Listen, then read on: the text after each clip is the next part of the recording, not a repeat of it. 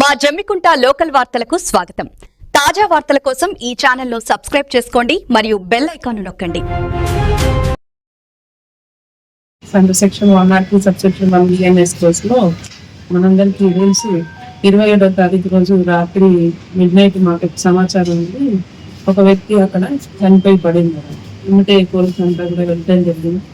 వాళ్ళు ఇచ్చిన సమాచారం చూస్తే అతను మాకు మార్నింగ్ కంప్లైంట్ వచ్చిన తర్వాత నేను వెళ్ళి చూస్తే అతని మీద కొట్టి చంపినట్టుగా ఉంది. ఎవరు చంపిండు, ఎట్లా చంపిండు అనేది తెలియదు. మాకు దరఖాస్తు ఇచ్చిన దాని ప్రకారం మేమే ఆన్సైట్ ఎఫ్ఐఆర్ చేస్తున్నాం కాబట్టి వారు ఇచ్చిన సమాచారం మీద వారి దగ్గర నుంచి డిసీజుల్ని ఐడెంటిఫై చేయడం జరిగింది. ఫస్ట్ డిసీజుల్ పేరు పైకరి మొగిలి, అతనికి 52 సంవత్సరాలు ఉంటాయి. అంశాపూర్ విలేజ్ బై క్యాస్ట్ వచ్చి చాకుంది. అతను వ్యవసాయ కూలి పని చేసుకుంటాడు. సో అతని వైఫ్ మాకు ఇచ్చిన సమాచారం మీద కేసు రిజిస్టర్ చేసిన తర్వాత దీన్ని ఎవరు చంపి ఉంటారనే కోణంలో అన్ని కోణాల్లో కూడా మేము మా ఇన్స్పెక్టర్ గారు వారి team SI Ravi and all team of inspector Ramakrishna గారి ఆధ్వర్యంలో విచారణ చేపట్టడం జరిగింది. విచారణలో మాకు తెలిసిన విషయాలు ఏంటంటే లాస్ట్ ఫిబ్రవరిలో ఇతని మీద ఒక మహిళ అత్యాచార యత్నం చేసినందుకు కానీ ఒక కేసు పెట్టడం జరిగింది. ఆ విషయంలో ఆయన అతని అటెంప్ట్ రేప్ కింద కేసు నమోదైన తర్వాత అతన్ని జైలు కూడా పంపడం జరిగింది. అతను ఒక 2 నెలలు జైలు నుంచి ఉండి విడుదల అయ్యి వచ్చిన తర్వాత ఎవరైతే కేసు పెట్టిన మహిళ అక్కడ కేసు పెట్టిన మహిళకి కొంత తెలిసింది ఏంటంటే విచారణలో ఇతను ఎవరైతే అతను మేము అన్ని కోణాల్లో విచారించిన తర్వాత ఆ మహిళకు సంబంధించిన వారు ఉన్నారా, లేకపోతే వైఫ్ తరఫు నుంచి ఎవరైనా అటెంప్ట్ చేసి ఉండొచ్చా, ఇంకా ఏ కోణంలో ఇతను మర్డర్ చేసే అవకాశాలు ఎవరెవరికి ఉన్నాయని చెప్పేసి అన్ని కోణాల్లో విచారించిన తర్వాత అందులో ప్రత్యక్ష సాక్షిగా ఉన్నటువంటి మహేష్, గంగారత్న మహేష్ ఇప్పుడు మన దగ్గర ఉన్నారు. అతని వయసు 40 సంవత్సరాలు. అంకుషాపూర్ అతనిది మడిపల్లి విలేజ్. ఇతను మీద అనుమానం వచ్చింది. అతను అఫెన్స్ అయిన తర్వాత నుంచి ఊర్లో ఉండకపోవడం అట్లా కొంత అనుమానం వచ్చింది. దరఖాస్తు కూడా అతను అందులో వాళ్ళు దరఖాస్తులో కూడా వాళ్ళు ఏం చేశారంటే ఇతని మీద మాకు అనుమానం ఉందని కూడా ఇవ్వడం జరిగింది. అన్ని కోణాల్లో చూసిన తర్వాత ఇతన్ని మేము క్యాచ్ చేసిన తర్వాత అతన్ని మాట్లాడితే అతను నేరం చేసినట్టు చెప్పుకున్నాడు.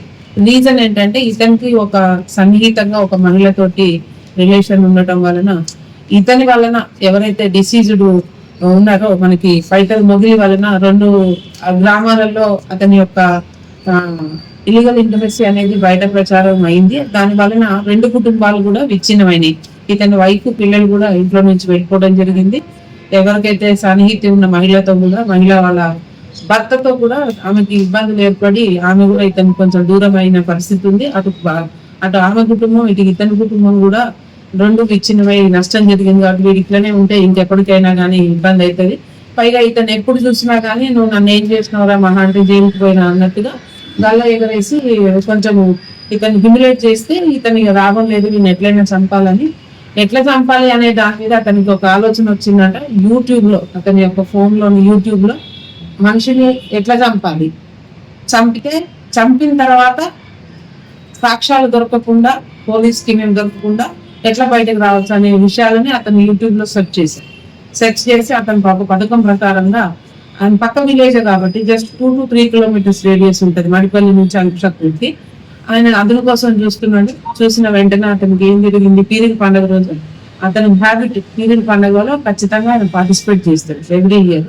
అదేవిధంగా మొన్న కూడా 27th రోజు సాయంత్రం అతను మడిపల్లి గ్రామానికి వచ్చిండు. అంకుషాపూర్కి వెళ్ళి మళ్ళీ మడిపల్లి గ్రామానికి రిటర్న్ వచ్చి అక్కడ ఉండగా ఇతను గమనించిండు.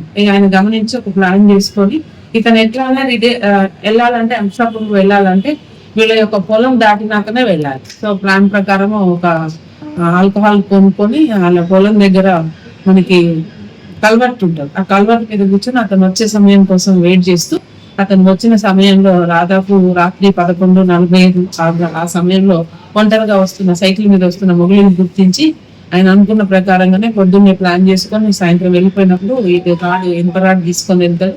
ఆ రాడ్ తోటి వెనక నుంచి అటాక్ చేస్తాడు.